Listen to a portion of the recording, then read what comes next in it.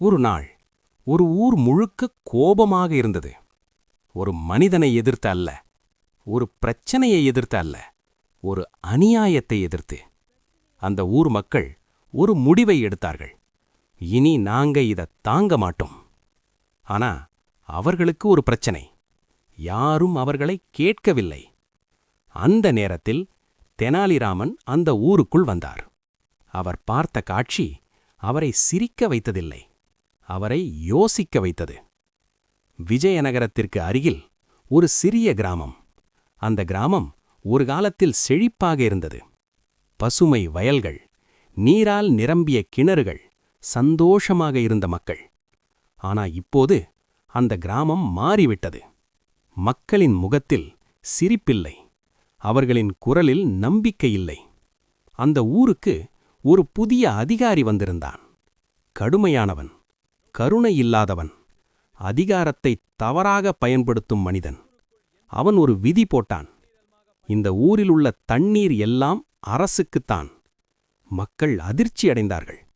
என்ன பண்றது?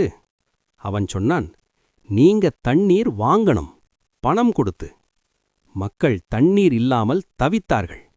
ஒரு வயதானவர் சொன்னார், நாங்க நம்ம ஊர்ல தண்ணீர் வாங்கி குடிக்கணுமா? ஒரு பெண் அழுதாள், என் குழந்தைக்கு தண்ணீர் கூட கிடைக்கல. மக்கள் கோபமடைந்தார்கள். ஆனா பயம் அவர்களை நிறுத்தியது. அந்த நேரத்தில் தெனாலிராமன் அந்த ஊருக்குள் வந்தார். அவர் சுற்றி பார்த்தார். வெறுமை, துயரம், கோபம். அவர் மெதுவாக கேட்டார், என்னாச்சிங்க? ஒரு மனிதன் சொன்னான், நாங்க அடிமைகள் மாதிரி வாழ்றோம். தெனாலி சிரிக்கவில்லை. அவர் சிந்தித்தார். இது தண்ணீர் பிரச்சனை அல்ல, இது அநியாயம். அதை சரி பண்ணணும். அவர் ஊர் மக்களை கூப்பிட்டார். நீங்க எல்லாரும் என்ன சொல்றேன்னு கேளுங்க. மக்கள் குழப்பம். நீங்க எங்களுக்கு ஹெல்ப் பண்ண முடியுமா? தெனாலி சிரித்தார். நான் மட்டுமில்ல, நீங்க எல்லாரும் சேர்ந்து முடியும். தெனாலி சொன்னார், நாளைக்கு எல்லாரும் தண்ணீர் எடுக்கப் போகாதீங்க. மக்கள் அதிர்ச்சி. அப்போ நாங்க எப்படி வாழ்றது? நான் சொல்றத பண்ணுங்க. மறுநாள் ஒரு விசித்திரமான காட்சி. கிணறுகள் காலி. மக்கள் தண்ணீர் எடுக்கவில்லை. எல்லாரும் அமைதியாக இருந்தார்கள். அதிகாரி கோபமடைந்தான். என்ன நடக்குதுங்க? அவன் கேட்டான், ஏன் தண்ணீர் எடுக்கல? மக்கள் சொன்னார்கள், அது அரசுக்கே சொந்தந்தானே, நாங்க அதை தொட்டா சட்டவிரோதம். அதிகாரி குழம்பினான். நாட்கள் கடந்தது. அந்த அதிகாரிக்கு பிரச்சனை ஆரம்பித்தது.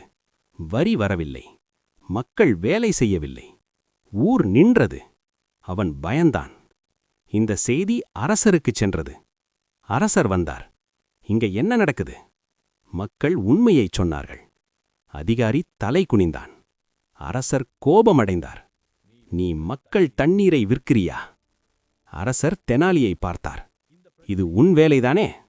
தெனாலி சிரித்தார். அரசே, நான் எதுவும் செய்யல. மக்கள் உண்மையை புரிந்து கொண்டார்கள்.